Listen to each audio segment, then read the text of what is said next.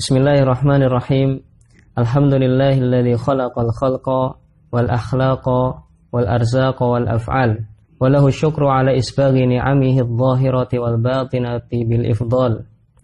Wassalatu wassalamu ala nabiyhi wa rasulihi al-mukhtassi bi husni syama'ili wa ala alihi wa ashabihi al-mawsufin bil fawadili wal fadail wa ala atba'ihi al-ulama al-amilina bima thabata anhu bid dalail. Amma ba'du. Segala puji kita panjatkan kepada Allah Subhanahu wa taala yang telah mengutus nabinya dengan petunjuk yang jelas dan dengan agama yang benar, supaya agama tersebut menghapus dan menyempurnakan syariat Islam yang telah lalu, walaupun orang-orang musyrik tidak suka dengan hal itu. Dan segala puji bagi Allah yang telah mengutusnya sebagai rahmatan lil alamin, sebagai teladan bagi kaum mukminin, sebagaimana Allah berfirman, laqad kana lakum fi rasulillahi uswatun hasanah liman kana yarjullaha wal yawmal akhir wa dzakarallaha katsira.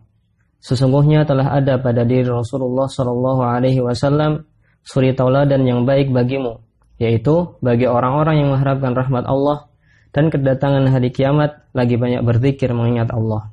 Berkata Ibnu Katsir dalam tafsir beliau bahwa ayat ini adalah fondasi dasar dan dalil yang kuat untuk menjadikan Rasulullah sallallahu alaihi wasallam sebagai teladan, uswah hasanah pada setiap ucapan, perbuatan, dan akhlak. Pendengar bias yang dimuliakan oleh Allah Subhanahu wa taala, makna ayat ini adalah, tidakkah kalian mencontoh Nabi pada sikap-sikapnya? Mencontoh Nabi tidaklah mudah. Hal itu sulit kecuali bagi orang-orang yang mengharapkan pahala dari Allah dan pertemuan pada hari kiamat, lagi seorang yang banyak berzikir mengingat Allah, sebagaimana yang Allah sebutkan dalam ayat.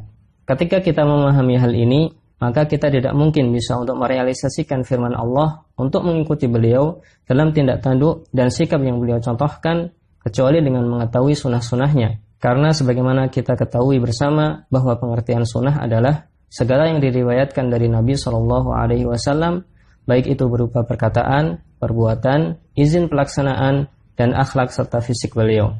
Sehingga mengetahui akan akhlak dan sifat-sifat beliau menjadi salah satu hal yang penting. Dan untuk merealisasikan hal ini, Imam Abu Isa At-Tirmidzi Muhammad bin Isa, murid Imam Al-Bukhari yang meninggal pada tahun 279 Hijriah, menuliskan sebuah kitab yang berjudul Asy-Syama'il Al-Muhammadiyah. Dan kata Asy-Syama'il memiliki arti sifat dan akhlak. Sehingga jika kita artikan secara bebas, kitab Asy-Syama'il Al-Muhammadiyah memiliki makna sifat dan akhlak yang dimiliki Nabi Shallallahu Alaihi Wasallam.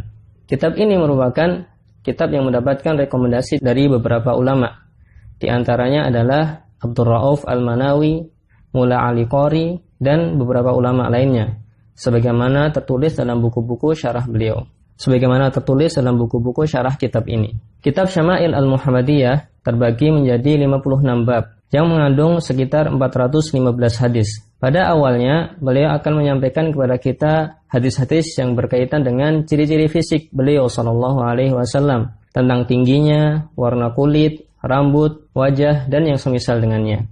Yang kedua, beliau akan menyebutkan alat atau barang-barang yang beliau miliki, seperti pedang beliau, bagaimana pakaian beliau. Yang ketiga, beliau akan menyebutkan akhlak dan adab yang dimiliki oleh Rasulullah sallallahu alaihi wasallam. Keempat, beliau akan menyebutkan bagaimana ibadah beliau sallallahu alaihi wasallam. Dan yang kelima, Imam At-Tirmidzi akan menutup pembahasan kitab ini dengan pembahasan yang berkaitan dengan mimpi melihat Rasulullah sallallahu alaihi wasallam. Ketika kita mempelajari suatu kitab, kita bertanya-tanya, apa manfaat kita mempelajari kitab ini? Ketika kita mempelajari kitab ini, kita akan mendapatkan beberapa manfaat. Di antaranya adalah kekuatan iman kepada Rasul akan semakin kuat dan bertambah. Karena tidak ada iman kecuali dengan pengetahuan. Dan setiap kali pengetahuan itu bertambah, iman pun semakin kuat. Ketika iman dan pengetahuan tentang beliau telah menguat, maka jalan untuk mengikuti beliau semakin mudah dengan izin Allah Subhanahu wa ta'ala. Yang kedua, dengan mempelajari kitab ini akan tumbuh rasa cinta kepada Nabi Muhammad SAW. Yang mana rasa cinta kepada Nabi Muhammad SAW merupakan suatu kewajiban yang Allah wajibkan bagi kaum muslimin. Dan sebagaimana kata pepatah, tak kenal maka tak sayang. Tidak mungkin seseorang mencintai orang yang tidak ia kenal. Dalam hal ini Rasulullah SAW bersabda, la yu'minu ahadukum hatta akuna ahabba ilaihi min walidihi wa waladihi wan nasi ajma'in. Kalian belum dikatakan beriman sampai aku menjadi orang yang lebih ia cintai daripada orang tua, anak, dan manusia semuanya.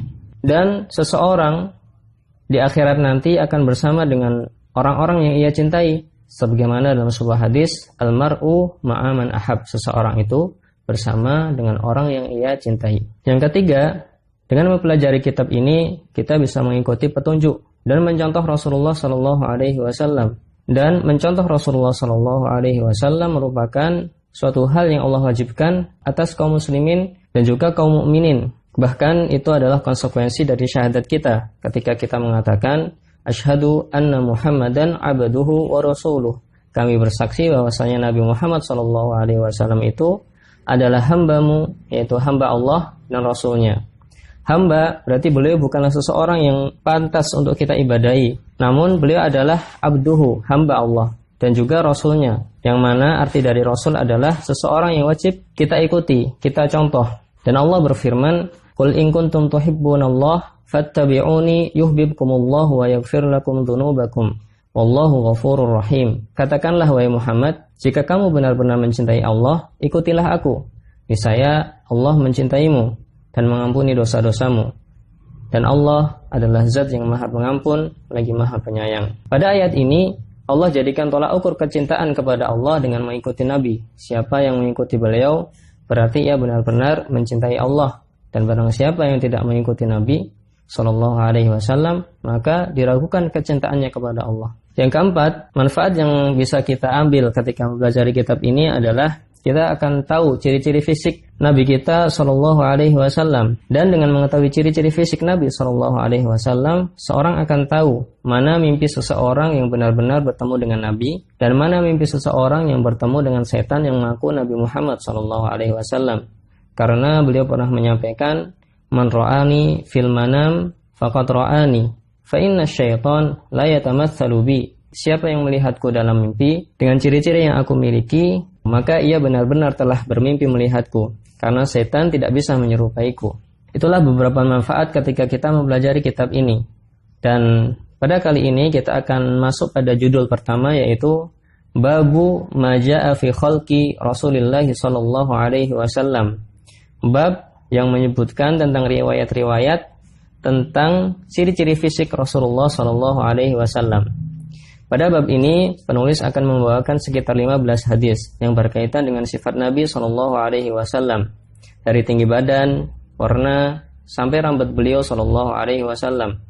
Dan Allah telah menganugerahkan kepada beliau dengan bentuk fisik yang indah dan sifat yang sempurna. Bahkan Syekhul Islam mengatakan dalam kitab Al-Jawab As-Sahih, dan fisik Nabi Sallallahu Alaihi Wasallam merupakan fisik yang sempurna dan mengumpulkan berbagai keindahan. Demikian pertemuan pertama kita kali ini. Dan pada pertemuan berikutnya insya Allah kita akan membahas tentang hadis-hadis yang menyebutkan sifat fisik beliau Sallallahu Alaihi Wasallam. Semoga bermanfaat. Akhukum fillah, Ratno, 3 Agustus 2018 di Kantor Bimbingan Islam, Yogyakarta.